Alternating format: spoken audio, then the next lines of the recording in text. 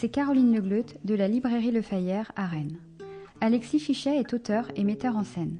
La librairie Le Fayère avait beaucoup aimé le guide sur la vallée de la Vilaine qu'il avait coécrit avec Léa Müller, paysagiste, car il y a souvent un rapport à la nature chez Alexis Fichet. Aujourd'hui, nous le recevons pour l'Andréide aux éditions de La Mer Salée, son premier roman, un roman qui nous invite à nous interroger sur les promesses d'un monde connecté, hors sol. Sandrine Roudot est éditrice et cofondatrice des éditions de La Mer Salée, maison d'édition qui se présente par ces mots. La Mer Salée porte l'idée que les évidences de demain naissent dans les utopies d'aujourd'hui. Des éditions semeuses d'utopies et de désirs pour un monde neuf, humaniste et écologique. Aujourd'hui, ce qui se lit avec Alexis Fichet et Sandrine Roudot.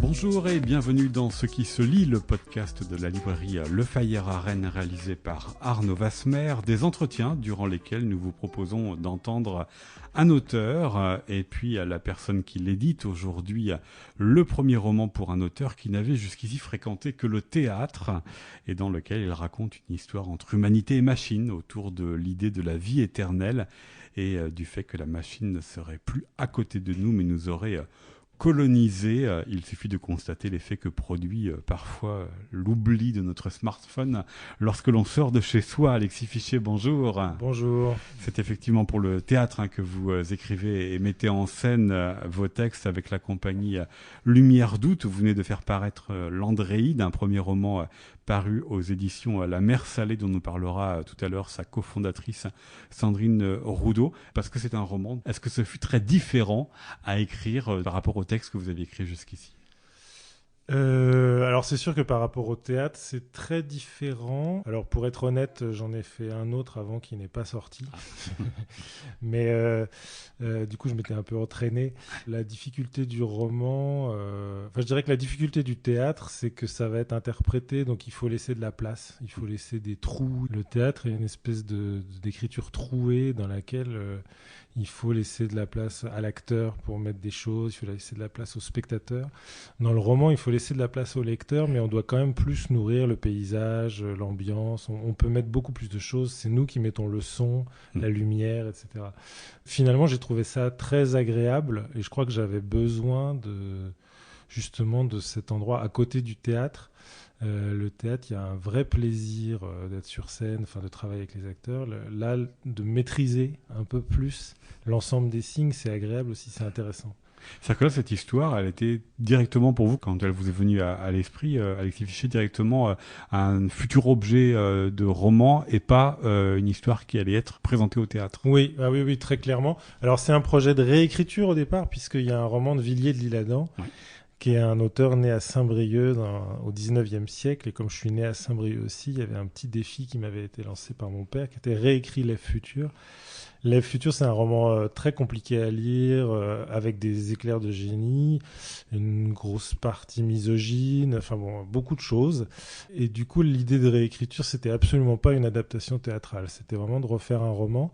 Et au début, un peu en tâtonnant, il y avait sans être sûr d'aller au bout. Et puis à un moment, j'ai senti que vraiment ça me branchait. Et aussi que j'arrivais vraiment à ce que ça devienne un objet personnel et non plus, un exercice. Donc là, effectivement, vous êtes affranchi, même si le roman originel, il reste quand même là par le titre. Il reste là quand même par une partie de ce qui sous-tend ce livre dans lequel vous racontez notre époque, avec la réunion de deux hommes que sont aux États-Unis Roman Tesla, dont le nom porte déjà évidemment tout un imaginaire, et par le prénom et par le nom, et il se trouve que vous le présentez comme un descendant du fameux électricien. C'est un entrepreneur qui a pour père spirituel Mathias Columbus, 77 ans, messie des transhumanistes rêvant d'éternité, ayant travaillé sur la reconnaissance vocale et la synthèse de la voix. Et c'est un homme au début du roman que l'on découvre angoissé en raison de l'avancée en âge et puis de ses limites. Si les photos, les films, les enregistrements peuvent faire durer la mémoire de ceux qui sont morts, il n'a pas encore trouvé comment abolir la mort pour gagner ce qu'il convoite, à savoir la vie éternelle. C'est un homme qui est comme cela, quand il vous est venu à l'esprit, c'est un homme qui rêve de l'illimité et qui est confronté à cette frontière qu'il n'arrive pas à dépasser. Oui, alors là, il y a l'inspiration de l'élève futur de Villiers, mais il y a aussi des personnages contemporains qui m'ont inspiré. Là, il est inspiré d'une personne qui existe, qui s'appelle Ray Kurzweil, qu'on appelle le pape du transhumanisme, et qui est cette personne un peu bizarre. Alors, il y a toujours un mélange de fascination et de répulsion de ma part. C'est-à-dire que c'est des gens intelligents, c'est des gens qui ont pu inventer des choses utiles. Ray Kurzweil a travaillé pour les handicapés, pour les personnes qui avaient des problèmes d'audition, pour les personnes qui ont des problèmes comme ça, à inventer des langages, des machines qui parlent. Enfin, et puis d'un coup, ça devient de la folie pure. Enfin, pour moi, c'est-à-dire que cette idée de ne pas mourir et une espèce de petit garçon perdu, puisque son obsession, c'est de retrouver son papa, quand même, qui est décédé. Et il y a comme ça des gens. Donc cette personne existe. Après, j'en ai fait un personnage, et là, on en parlera peut-être en travaillant aussi avec les éditeurs, mais sur qu'est-ce qui est retrouver une justesse du personnage qui s'éloigne Celui qui vous a celui qui inspiré. existe, ouais. Mais ça, voilà, comme quelqu'un qui n'accepte pas les contraintes de l'époque dans laquelle il est. Oui, c'est ça, et avec... c'est vraiment la thématique du livre, c'est de croire qu'on pourrait s'affranchir de certaines contraintes ou de certains manques, de certaines choses en creux dans la vie, et que les machines nous permettraient de tout remplir, d'enlever la mort, d'enlever les problèmes amoureux.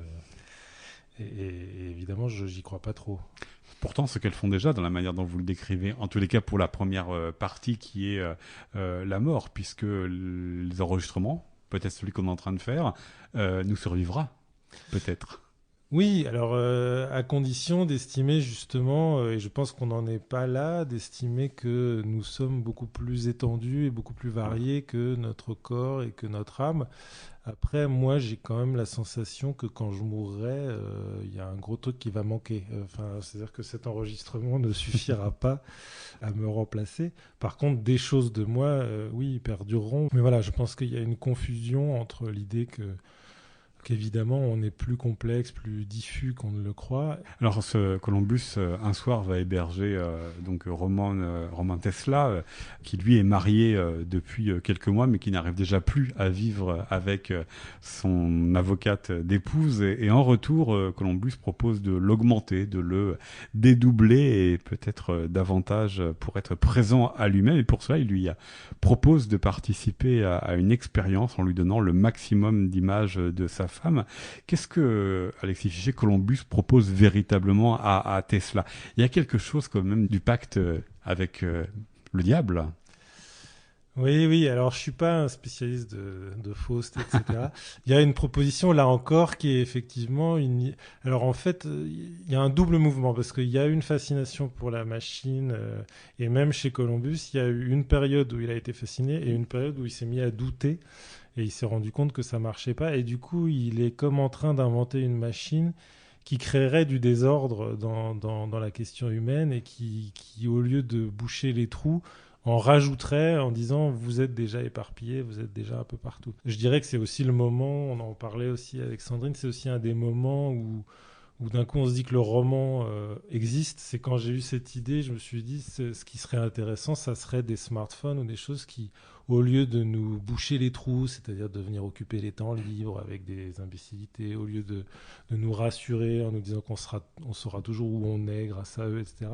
Ce seraient des machines qui nous diraient vous êtes perdus, c'est pas grave, vous allez être encore plus perdus et qui nous donneraient et dont on accepterait qu'elles nous donnent des signaux faux et dont on accepterait qu'elles nous perdent et que finalement du coup on serait plus vivant parce qu'on serait plus attentif parce qu'effectivement il y aurait des choses trappes alors que aujourd'hui il y a cette espèce de fantasme qu'on nous vend qu'elles vont créer un monde rassurant et tout et puis ça marche pas en fait donc voilà il lui propose un pacte avec une machine dont il lui dit qu'elle va le bouleverser et l'amener plus loin, le bouleverser et c'est parce que c'est un homme extraordinaire qui sera capable d'accepter cette espèce d'expérience effectivement un peu bizarre. Oui, mais qui va aussi lui permettre de régler son problème conjugal.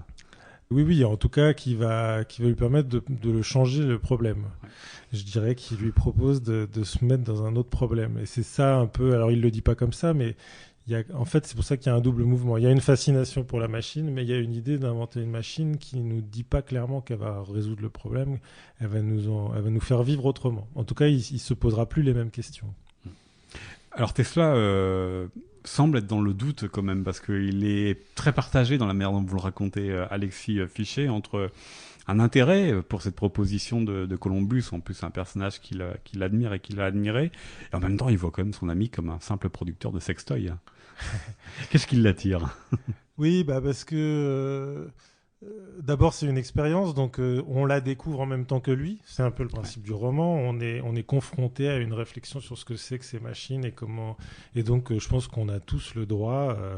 Comme les gens continuent pour certains d'avoir très très peur des smartphones et de ce que ça raconte dans notre vie, et d'autres de dire ça n'a aucun danger, la vérité est probablement entre les deux.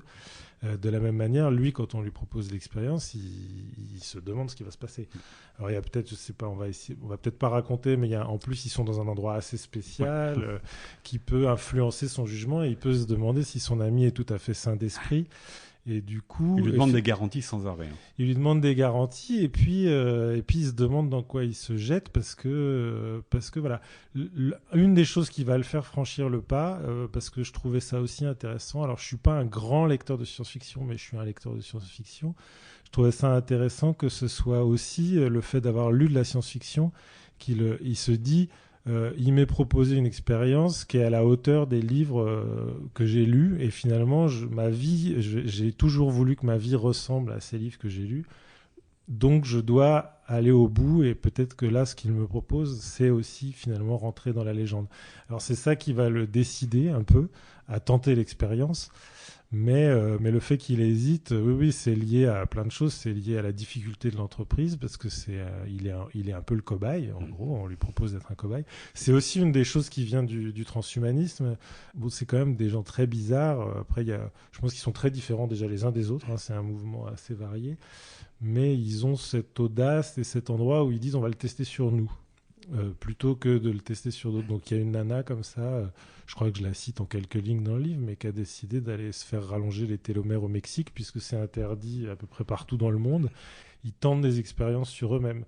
Donc c'est aussi cet endroit, et je pense que pour faire ça, il faut avoir justement une espèce d'ego un peu surdimensionné, en se disant c'est moi l'objet de l'expérience, je suis... Et donc de se croire un peu un espèce de héros de science-fiction, enfin... C'est-à-dire que dans la fiction elle-même, il se croit un peu quand même, il se prend un peu pour plus grand que lui. Et je crois que les gens dont je suis inspiré se croient un peu plus grands qu'ils ne sont. C'est ça pour vous la fonction de la littérature, en tout cas celle que vous accordez, Alexis Fichet, de les ramener à leur juste place? En tout cas, c'est un des projets du livre, de celui-là, oui, clairement. Des fois, c'est de nous agrandir. Des fois, la littérature, au contraire, elle nous donne de l'espace et elle nous donne des perspectives. Et là, un des jeux du roman, c'est effectivement de dire c'est bien beau, les machines, les trucs, mais il y a effectivement des choses qui font de nous un peu tous les mêmes humains et avec les mêmes problèmes, et qu'on n'échappe pas à tout, quoi. Jusqu'au jour où les machines pourront peut-être développer leur propre inconscient et s'autonomiser par rapport aux humains. Oui, alors ça... c'est quand même un des sujets du livre. Oui, c'est un peu un mystère, simplement tous ces rapports-là, c'est des choses qu'on ne connaît pas. Quel sera leur inconscient, effectivement il y a une part de mystère, d'accepter qu'elles ne seront pas comme nous. C'est-à-dire que ce que j'essaie de dire, c'est que déjà, on ne sait pas qui on est. Donc, vouloir faire quelque chose qui nous ressemble, c'est là qu'il y a une démesure pour moi, parce que ça sous-entendrait qu'on a compris comment fonctionnait un être humain, ce que c'était. Et en réalité, on a quand même beaucoup de mal chacun avec notre simple vie. On a du mal, en plus, avec la communauté autour de nous, encore plus à l'échelle du monde. Donc prétendre qu'on sait comment on va reproduire cette espèce de bordel ambulant... Non, si les machines nous imitent, elles nous imiteront autrement, elles seront autre chose. Elles réfléchiront plus vite que nous à certaines choses, mais elles auront sans doute pas la même sensation du toucher, du goût que nous. Voilà.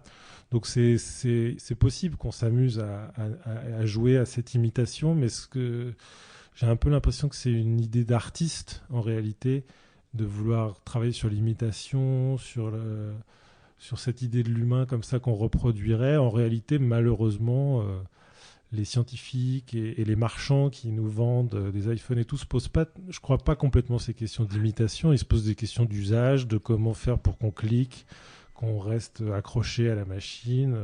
Donc c'est plus des trucs un peu plus... Là, ils ont compris une partie de l'être humain, qui est le fait que justement, il est manquant, et que si on lui offre des prothèses, il est souvent preneur pour se rassurer. Alors dans ces podcasts, nous nous intéressons au roman, ce qu'on vient de faire, mais aussi à la relation que les auteurs entretiennent avec leurs éditeurs. Ici, Sandrine Roudot de La Mer Salée qu'on entendra dans la deuxième partie. Qu'attendez-vous, Alexis Fichet, de votre éditrice? Qu'est-ce que vous lui avez demandé? Alors, on se connaissait pas du tout avant, donc est-ce que j'avais des attentes précises? Je pense qu'il y a une relation d'honnêteté, parce que alors moi je suis totalement débutant dans ce milieu. C'est vrai que quand on publie une pièce de théâtre, ça fait plaisir, mais souvent on est quand même très occupé d'abord à la montée et à la mise en scène. Donc l'objet est important de la pièce éditée, mais il n'a pas le même statut quand même, je trouve, qu'un roman.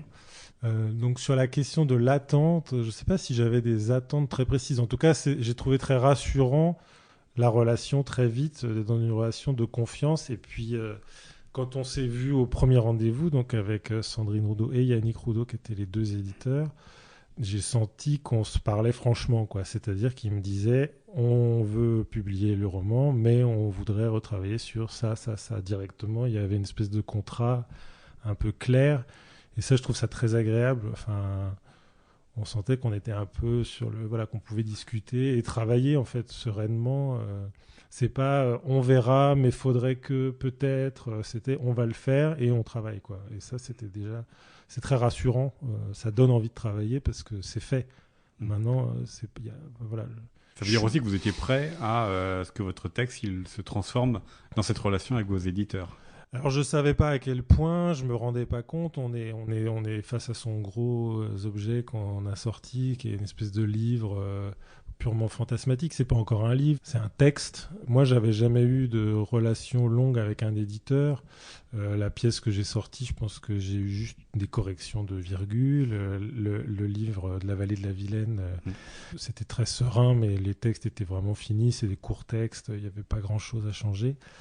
Là, c'est très différent et effectivement, je ne sais pas si je l'attendais, mais en tout cas, j'ai trouvé une relation de discussion sur vraiment ce qui se raconte, sur l'écriture, sur tous ces points-là et qui était hyper nourrissante, quoi. Et qui est effectivement une découverte parce que d'un coup, on rentre dans une relation au livre qui sera le livre publié chez La Mer Salée. Il aurait sans doute été très légèrement, ça aurait quand même été le même, hein, mais il aurait été un tout petit peu différent chez un autre éditeur parce qu'il y a quand même une sensibilité, des remarques qui viennent de leur part. Comment est-ce que vous pourriez les définir ça aux auditeurs?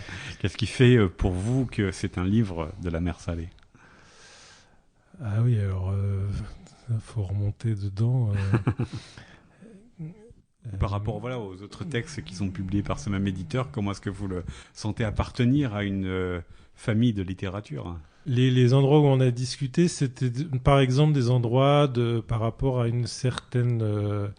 l'influence de Villiers était quand même encore présente dans le roman et il y a vraiment une part très très trash. Et je pense que j'avais été un peu... j'avais lutté contre. Bon, la misogynie, j'avais lutté contre. Il y avait des trucs qui étaient très forts chez Villiers.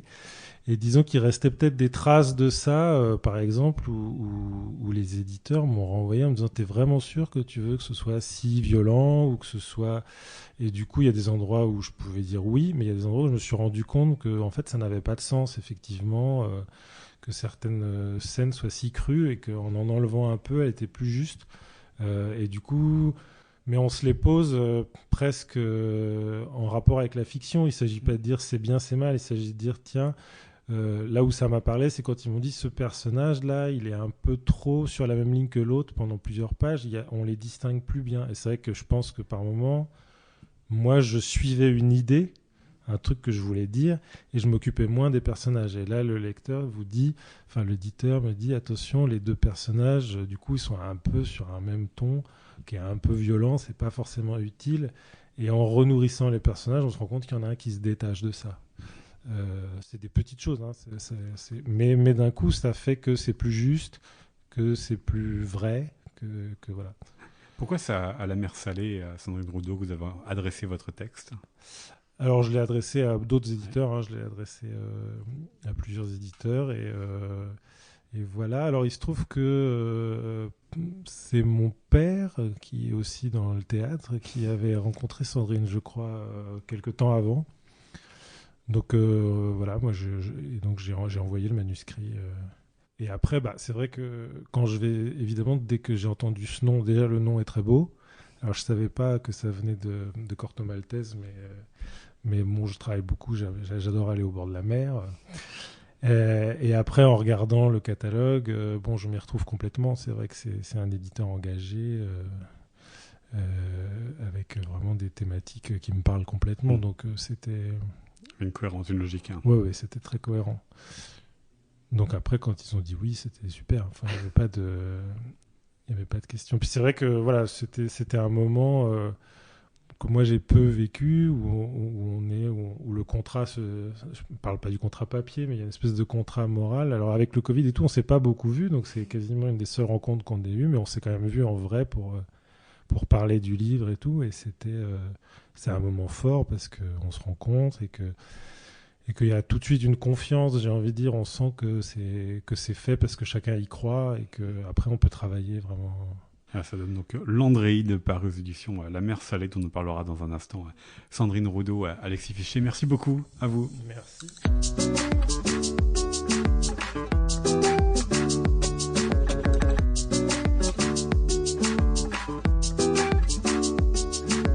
Nous poursuivons cet épisode de Ce qui se lit en votre compagnie. Sandrine Roudot, bonjour. Bonjour. Vous êtes éditrice et la cofondatrice des éditions La Mer Salée. C'est donc vous qui publiez L'Andréide, le roman d'Alexis Fichet, nous emmenant sur des réflexions autour du transhumanisme. Vous venez aussi de l'entendre parler de ce livre et de l'entendre parler de votre travail ensemble. Quel est votre point de vue, justement, vous aussi, sur la manière dont vous avez collaboré ensemble pour aboutir à ce livre qui, comme il l'a dit, colle bien à La Mer Salée? Ouais. Pour chaque livre, c'est différent. Ça m'a beaucoup touché ce que disait Alexis, parce qu'on a eu la même impression. C'est-à-dire que quand on s'est vus, nous, on savait déjà qu'on voulait l'éditer. On savait aussi qu'il y avait des choses qu'on voulait revoir. Et il ne s'agit pas de mentir là-dessus. C'est-à-dire qu'il y a un moment donné, on doit être d'accord sur ça. Et on ne signe jamais un contrat en disant « Ah bah tu sais, en fait, on va changer deux, trois choses. » Donc en fait, on a été effectivement assez honnête, mais parce qu'on ne sait pas faire autrement. Et puis parce que... une relation avec un auteur, c'est une rencontre, quoi. Il y a le texte, donc nous on a commencé par connaître son texte, et là on a tout de suite senti en fait qu'il allait avoir une intelligence réciproque et dans la relation. Et donc tout de suite vous saviez aussi là où vous pouviez l'emmener, là où vous vouliez l'emmener sur les modifications à faire. Alors c'est toujours intéressant. Alors on ne fait pas de surproduction nous, donc on publie que quelques livres, donc il faut vraiment qu'on accroche. Et parfois les vôtres. Aussi, voilà, et il faut vraiment qu'on accroche. Et à chaque fois, c'est un texte qui nous confronte. Et en fait, le texte d'Alexis est assez confrontant au départ. Mais c'est ça qui nous intéresse aussi, c'est-à-dire qu'il est en train d'interroger quelque chose de l'ordre de la sensibilité chez nous. Mais est-ce qu'on peut publier ça ? Et en fait, il allait sur un sujet qui était quand même très nouveau, que nous, on voulait absolument aborder, qui est cette vision du transhumanisme, un peu des demi-urges, là, qui imagine en fait qu'on va faire évoluer l'humanité peut-être en la déshumanisant. Et il le faisait avec beaucoup d'intelligence, de recherche. On sentait bien que c'était que derrière il y avait du fond, et avec insolence. Et ça, on adore. Donc, on s'est posé un petit peu la question parce qu'effectivement, on était plus sur des sujets plus d'écologie, même si derrière ça, il y a quand même cette idée d'un monde qui soit plus respectueux du vivant.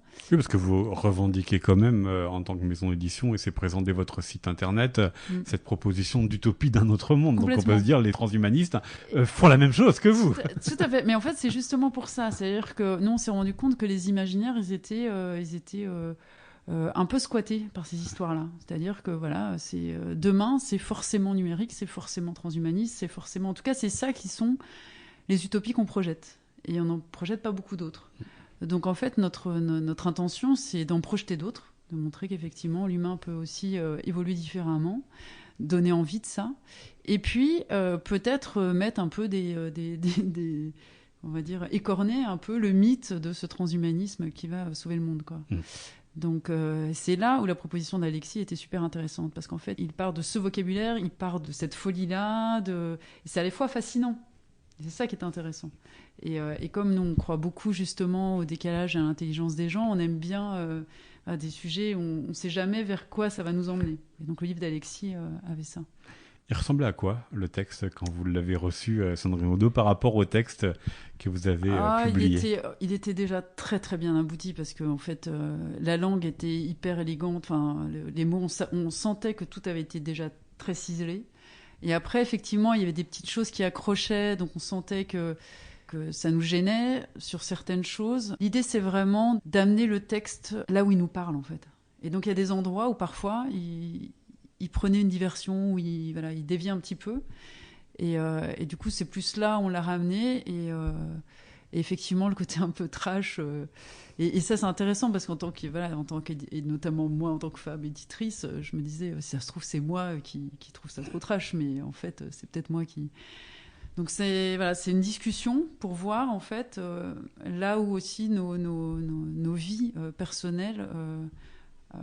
en quoi est-ce qu'elles contribuent au texte, ou est-ce que parfois elles peuvent peut-être aussi aller trop loin. Donc ça, c'était intéressant, parce qu'il y avait des fois où Alexis disait non, ça j'y tiens, et en fait il avait raison. Donc c'est vraiment ça, un vous dialogue, laissez quand même le dernier mot à l'auteur, du coup.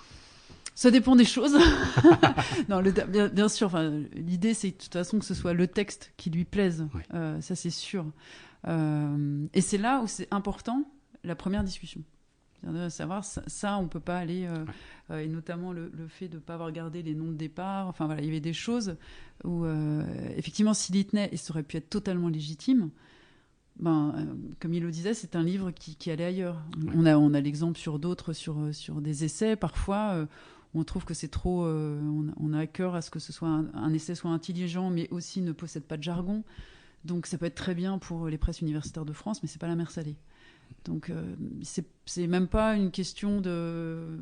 comment dire, de jugement de valeur. C'est juste qu'est-ce qu'on a envie de porter ensemble, quel est le livre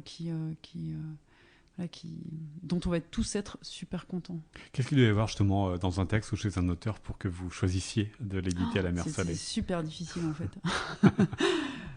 Parce qu'à chaque fois, vraiment, je repense à Sœurs en écologie, qui était un essai sur l'écoféminisme. C'est pareil, il nous a confrontés, celui-là.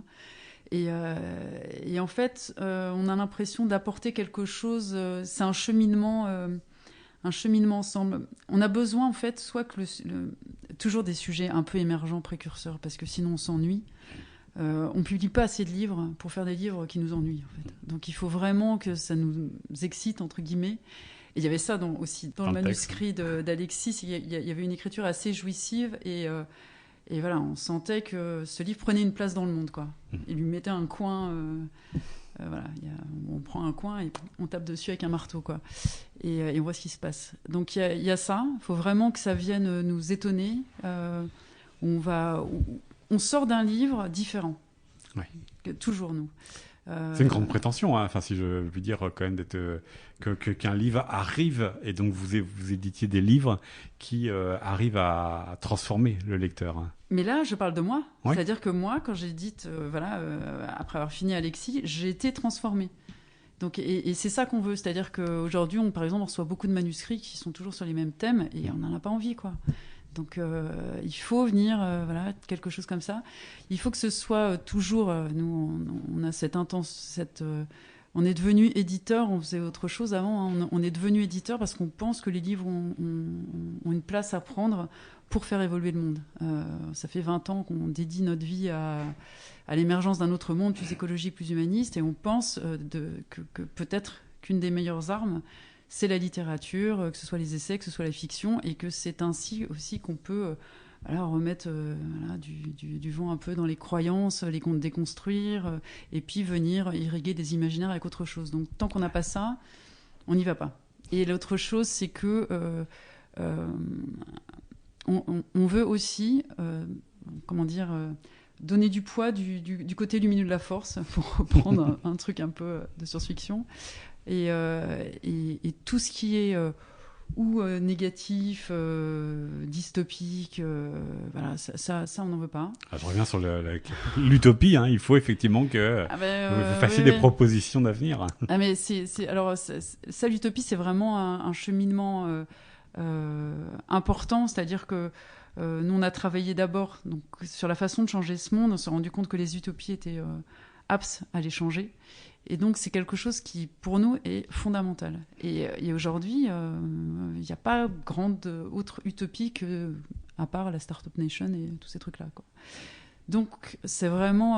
voilà, on veut aider à vivre l'époque aussi. C'est-à-dire que tous les romans, tous les essais sont toujours très lucides. Ce que raconte Alexis, c'est extrêmement... voilà, c'est... Il n'y a pas de bisounours, quoi. C'est très lucide. Nos propositions sont toujours assez radicales, mais il n'y a jamais de sinistrose, quoi. C'est-à-dire que c'est pas parce que, au contraire, pour changer les choses, il faut être extrêmement clairvoyant sur ce qui se passe, pour avoir envie d'échanger. Donc il y a ça. Et puis l'autre chose aussi, c'est qu'on a à cœur d'avoir des livres qui soient intelligents, nuancés, mais pas complaisants. Ça nous énerve vite aussi. Vous avez dit tout à l'heure ce besoin d'irriguer les imaginaires. C'est extrêmement important parce que là, tout ce que vous venez de nous dire, Sandrine Rodeau, on pourrait se dire finalement vous ne proposez des livres qu'à un public qui est déjà convaincu. Sauf que quand on propose un autre imaginaire, notamment par ce que fait Alexis Fichet et puis d'autres par le roman, c'est une manière aussi d'aller atteindre un autre public que celui qui serait déjà convaincu par les thèmes. D'aller dans la fiction, oui. Par rapport à l'essai, parce qu'on sait qu'un essai, on va avoir des gens qui vont chercher de l'argumentation. Ouais. Et que la fiction, on est vraiment sur un... c'est pas engageant, en fait. Et puis, on n'a pas à être d'accord ou pas d'accord avec un auteur, en fait. Soit son histoire nous embarque, soit elle est crédible, elle n'est pas crédible. Donc, on a ouvert un champ qui est beaucoup plus disponible à être bouleversé que par un essai. On sait que l'auteur va essayer de nous convaincre, donc c'est très différent. Et puis, il y a l'émotion, quoi. Il y a l'émotion, donc on dépose ses peurs, on dépose ses doutes. Là, dans le cas d'Alexis, moi, ce que j'aimais bien, c'est que ce qui est assez jouissif, c'est qu'on est insolent vis-à-vis de ces gens-là qui nous prennent de haut, quand même. Donc il y a un petit côté comme ça où le lecteur reprend le pouvoir. Et en fait, c'est ça qui est intéressant, parce que je pense pas qu'on s'adresse à des gens convaincus, mais on a besoin de soutenir ceux qui y croient, en fait. Donc on a besoin de trouver nos alliés dans la vie, comme on les a besoin de les trouver dans la littérature. J'étais une grande lectrice, et notamment quand j'étais adolescente, et ça m'a beaucoup aidée. C'est-à-dire que j'ai eu l'impression qu'il y avait des gens qui pensaient comme moi. Et donc, du coup, on se sent moins seul. Et on arrête de s'excuser, et on avance, quoi, en fait. Voilà, ça s'appelle L'Andréide, le roman d'Alexis Fichet que vous avez publié donc, chez vous aux éditions La Mer Salée, Sandrine Rodeau. Merci beaucoup de nous en avoir parlé. Merci. C'est un podcast réalisé par Arnaud Vasmer pour la librairie Le Fayère à Rennes.